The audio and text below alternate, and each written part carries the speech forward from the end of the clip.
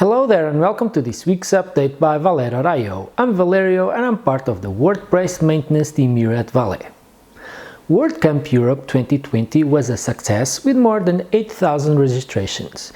If you missed the event, the talks are posted on YouTube in the link at the description. WooCommerce 4.3 already have a first beta version released this week.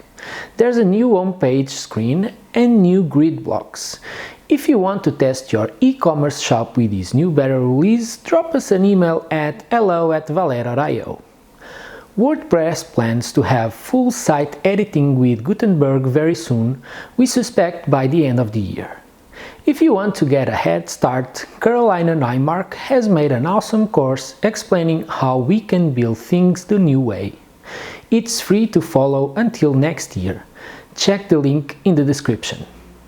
That's it for the week. Have a wonderful weekend.